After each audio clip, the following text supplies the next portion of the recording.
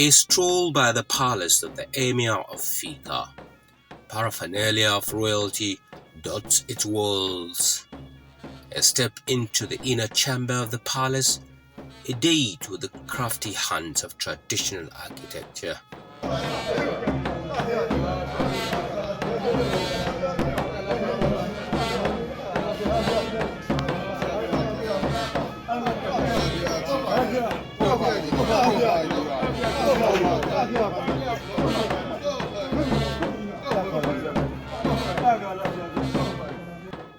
Royal hails and praises escorts His Majesty Muhammad Abali ibn Idrisa, the Emir of Fika.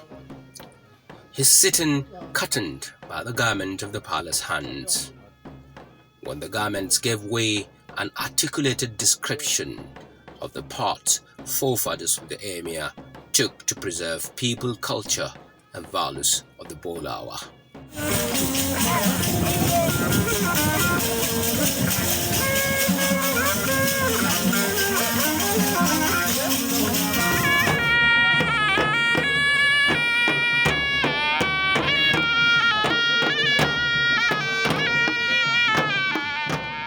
The Bolawa came from Yemen in the Middle East with other groups who migrated in that era around the 15th century, going westwards towards the Lake Chad shore.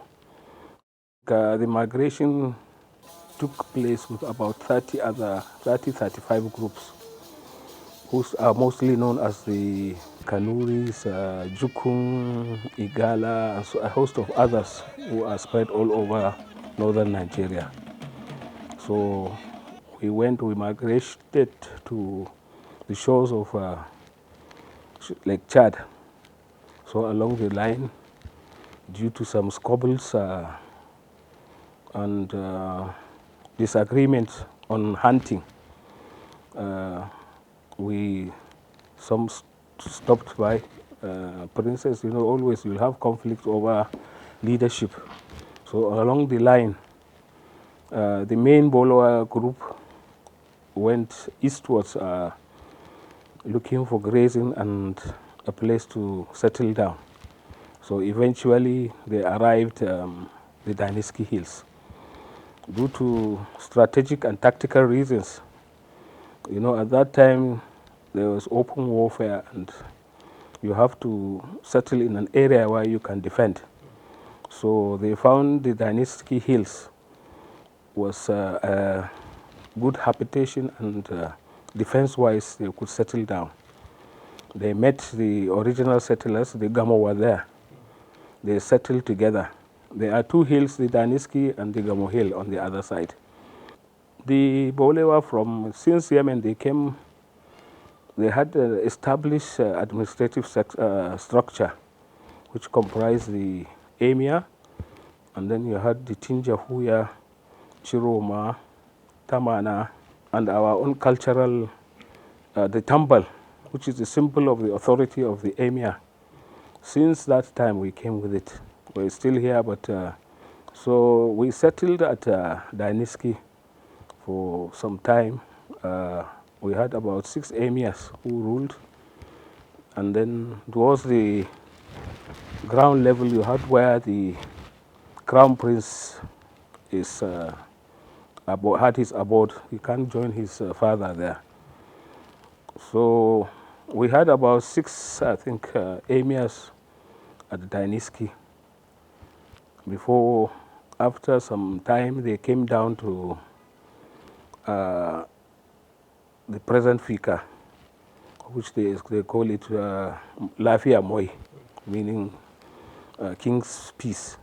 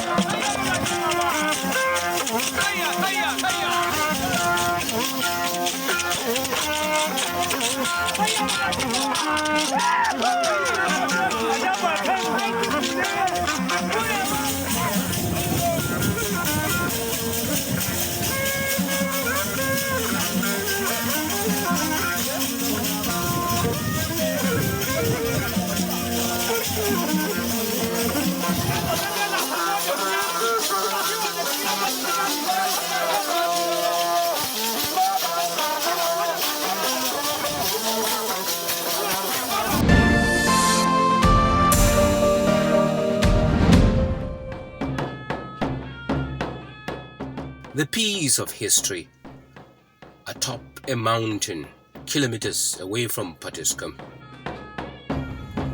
We drove through the thick, thin to discover the hidden secrets of the people which lies on top of the Danisi Mountain.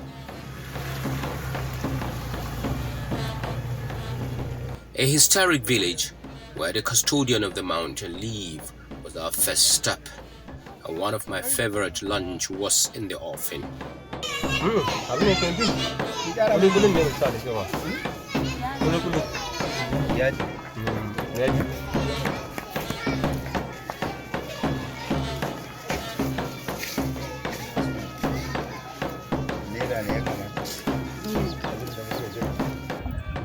With lunch in hand, I walked to the local chief's house, being nosy in every move.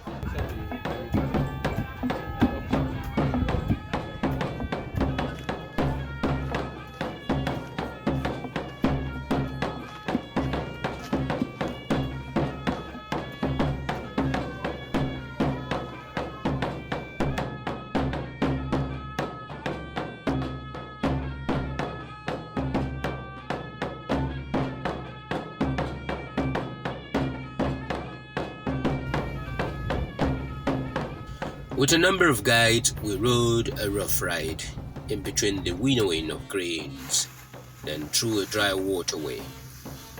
The calmness of the villages on our trail. We met the curious, protective and jealous. At the base of the Danisi Mountain, the lenses of our camera tries a 360 view, but failed shut. There, we saw nature in a natural setting. Before going up the mountain, a unique piece of history at the base of the mountain was eye-catching. A sign gave a clue. The ruins of a 17th century home of a prince of the empire. Bani Moy Adam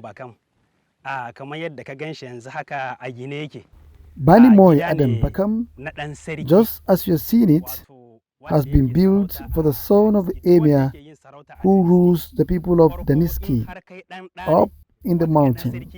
And whoever is the Emir at Danisi, one of his sons who the gods have chosen to succeed the Emir, because in Danisi we have a process of choosing a successor to the throne.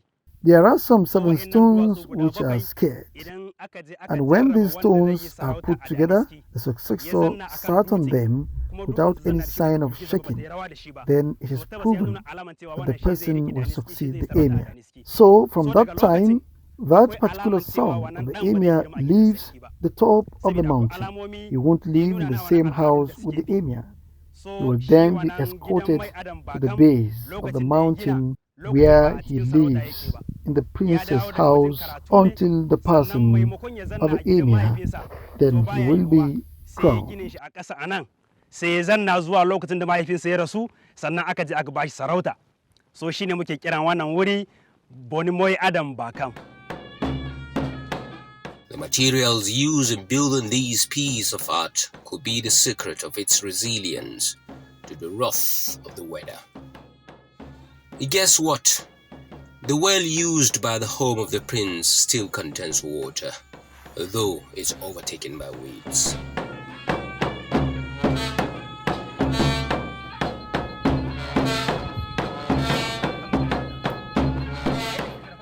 I'm not a prince being cooked for the throne, so I stepped after my guides towards the peak of the Danisi Mountain.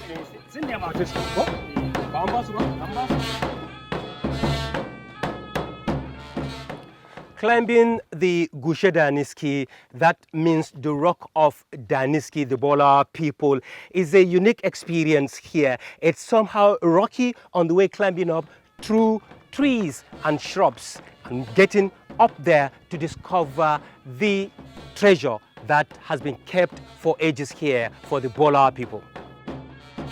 After a while, the going gets tough. Halfway here we come, and it is the toughest part of climbing the Danisi Mountain with my cap in hand, and the fact that even my guides are sitting down to rest tells you that it is actually the toughest part of this climb. But we won't give up. We are going up there to discover once again the treasure of the people of Bolawa.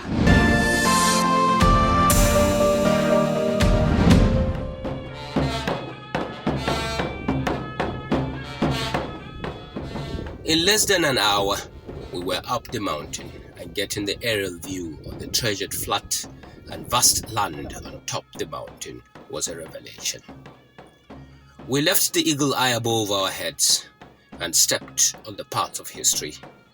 Our first point of call on the route of discovering the heritage of the Bolawa people on the mountain of Danisi was the ruins of the Emir's palace, which is known in their local dialect as Bani Moi. And then moving on into what used to be the palace where about 22 emirs rule this kingdom until the last one, Ibrahim, who descended with his people to continue ruling the kingdom in Fika. And before us was our first discovery.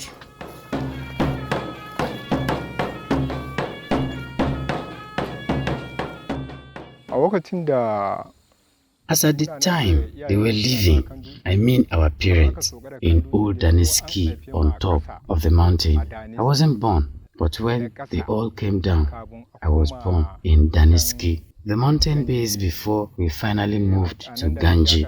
Where we live now, we heard from our elders that I was a baby when we left. There are things I still remember, like the huts, the signs of a forgotten city, the date palm trees, and a well for fetching water. We used to go back to the old city and play as children. Now it's all in the past.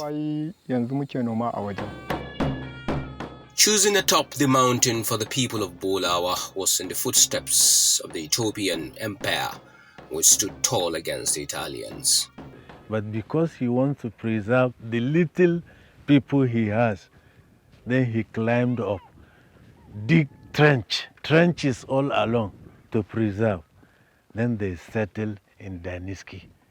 From Danisi, staying here, like you heard, up to 22 tombs of our great emirs buried off there.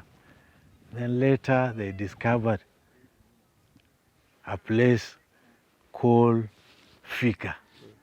Then he descended under the rulership of Ibrahim Dazara, Mo Ibrahim. He descended here, traveling, start looking for a little bit, you know, the war started easing up. Then he settled in Fika. They call it Lafia Moi, mean there is peace there, Lafia Moi. So he settled down around 1802. And right from there, the settlement in Fika started. And later, they are staying, we have up to 6 or 7 tombs of also emirs in Fika. They are labeled from so time to so time. It's there in Fika. Then from there, the white man discovered that this set of people, they have organization. They have all that is needed to be as a people. Then he said, okay, this emir is supposed to go and link up the trade something, popularly Kano, Borno route, trade route. Then he said it is better the emir moves from Portusco to Fika, why he is now settled up to this moment. Moi Mamadi went there, then there Moi Abari started, and then from there the president Moi Muhammad Ibn Abali Muhammad Idris. Presently we are now in Portusco. MashaAllah. So now, how important or how strategic is this place? This place, because you say history, people without history, you are nothing. So if history is to go by, there is no Bolawa man on earth that will beat his chest and narrate his history without referring to Danisi. So Danisi is as important as everything. If you start giving history of Bolawa man on the earth, this Danisi is the beginning. So, and our history started there. Everything you need about the history of Bolawa is up there. Like he said before, not like now. If an emir passes up, you know, you have to look for kingmakers, the traditional kingmakers. But before then, here, like he said, if you go up there, there is stones, 7 of them, that if you are a potential emir, you will be able to go and sit down, relax and everything. People will know that, yeah, this one is a heir to the throne. But if you cannot, there is no way even, you cannot even attempt to. And so yes, our history started all from here, as far as Bolawa race is concerned. Kafin masu hau sama, sun biyo garuruka daban-daban, musamman hannun kudu. Before they even climbed up the mountain, they passed through plenty villages, especially the south, like Biu in Borno State and Gombe, somewhere in Nafada. The first emir of Danisi is Emir Idris Atuman. He was said to have left a place called Lariski, from the mountain of Lariski to the mountain of Danisi. But there are various other places that they passed through as a people before they reached the Chad Basin. In fact, about 16 places where they stayed, in some places for years, and in others, months. But the first emir that starts to climb up mountains for safety is Emir Idris. He left Lariski to Danisi. After 7 years, he died. For us, this place is very important, especially now that the Emir of Fika is standing still to revive the history of Danisi. Some of his great-grandfathers are still buried at the mountaintop graveyard, about 22 emirs so far. So he is so committed to making the Danisi mountain a tourist place, and he has encouraged us to take intense interest. And we are happy about what he's doing. We give glory to God. We are looking forward to be listed in the books of history, and we are praying that those responsible will put us through.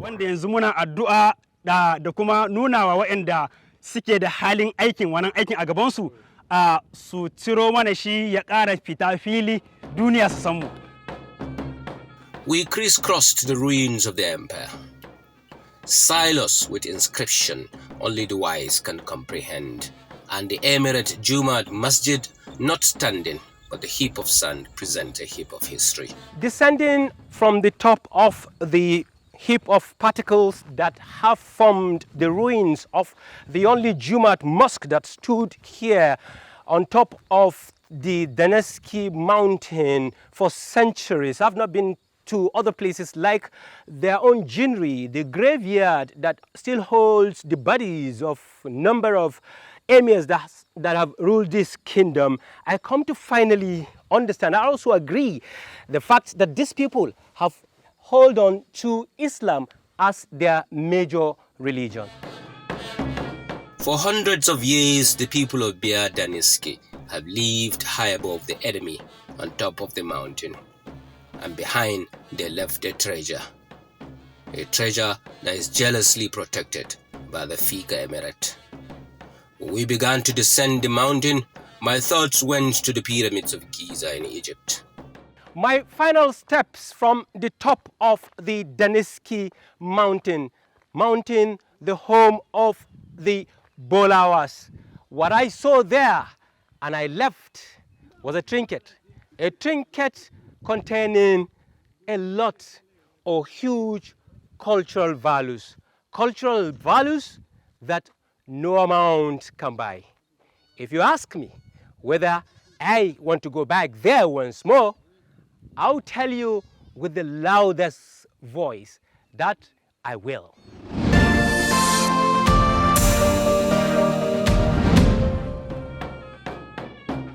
What have they done to attract and keep tourists? Wondering if that can be replicated in Danisi. But I seem to be in a haste because the Emirate is already having a robust plan. About 2-3 months ago, the Commission for Museums and Monuments came and they went up to this and they made a survey of the place. They did some excavations for historical purposes and archaeological purposes, and they found that this Danisi has the potential of being a World Heritage Site, and that in fact they have made a study and they're making a recommendation for it to be a national monument, which we're working towards it. It will cost a lot to, as you have seen the train, we don't know how to make it easy for tourists to come, but I think it has the potential, and we are even happy. We appreciate the fact that you took the time to go up, and coming down is a bit difficult. So we have the plan, and we're making efforts with the other organizations to see that we can make it a very attractive place for tourists, which I think is on the pipeline.